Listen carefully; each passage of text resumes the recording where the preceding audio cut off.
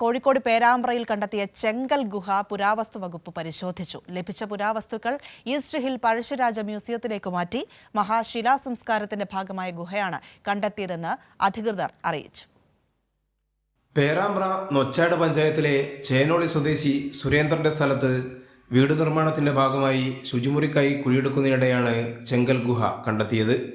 വിവരം പുരാവസ്തു വകുപ്പിനെ അറിയിച്ചതിനെ തുടർന്ന് ഉദ്യോഗസ്ഥരെത്തി വിശദമായ പരിശോധന നടത്തി. 2000 മുതൽ 2500 വർഷം മുമ്പുള്ളതാണ് ഗുഹയെന്നാണ് പ്രാഥമിക നിഗമനം. Kozhikode Pazhassiraja museum charge officer K കൃഷ്ണരാജിന്റെ നേതൃത്വത്തിലുള്ള സംഘം പരിശോധനയ്ക്ക് നേതൃത്വം നൽകി. ഈ വസ്തുക്കളൊന്നും കണ്ടാമിനേറ്റഡ്, അതായത് മാലിന്യം കലരാൻ പാടില്ല.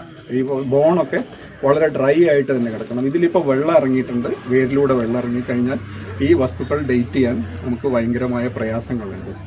മാത്രമല്ല സമാനമായ ഇത് നമ്മൾ ഡേറ്റ് ചെയ്തിട്ടുണ്ട്, കാലനിർണ്ണയം നടത്തിയിട്ടുണ്ട്. അതുകൊണ്ട് ഏകദേശം നമുക്ക് 2500നും 2000നും ഇടയിലുള്ള ഒരു കാലത്തെ ആയിട്ട് ഇതിനെ കണക്കാക്കാൻ പറ്റും. കക്കോടിയിൽ നമ്മൾ AMS ഡേറ്റിംഗ് ചെയ്തതാണ്. അതിന് 2680 കൊല്ലം പഴക്കമുണ്ടെന്നാണ് ഡേറ്റിങ്ങിലൂടെ തെളിഞ്ഞത്. അപ്പോൾ ആ കാലത്ത് തന്നെ ആയിരിക്കണം ഈ സംസ്കാരം ഇവിടെ ഉണ്ടായിരിക്കും.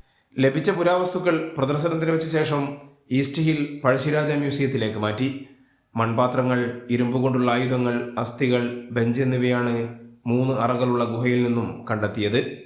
ഗുഹ കാണാനായി ദിവസവും നിരവധി പേർ എത്തുന്നുണ്ട്. കൈരളി ന്യൂസ്, കോഴിക്കോട്.